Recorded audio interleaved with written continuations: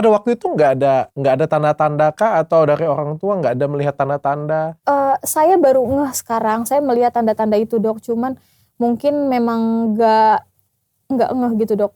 Pernah, saya juga nggak tahu ini tanda atau bukan, cuman sekarang pas saya mengalami ini saya jadi mikir, beberapa bulan yang lalu itu dia sering pupnya berdarah gitu. Cuman saya mikirnya saat itu, oh panas dalam mungkin.